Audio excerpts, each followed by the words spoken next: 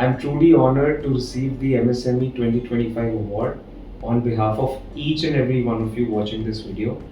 आप सबके एफर्ट्स और आप सबकी मेहनत के कारणवश OPG Mobility and Power को 2025 MSME Summit में रिकग्नाइज किया गया।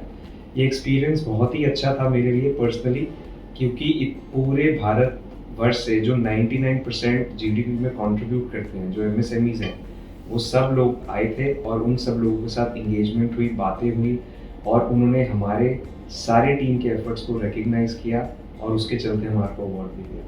सो I am really grateful to each and every one of you because this award belongs to you. आपकी मेहनत, आपके एफर्ट्स, आपके रिजल्ट्स के कारण की वजह से हमारे को ये रिकग्निशन मिला। And looking forward to more and more awards like this.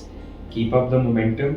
Let's get the power culture into the entire workforce that we have. Thank you so much.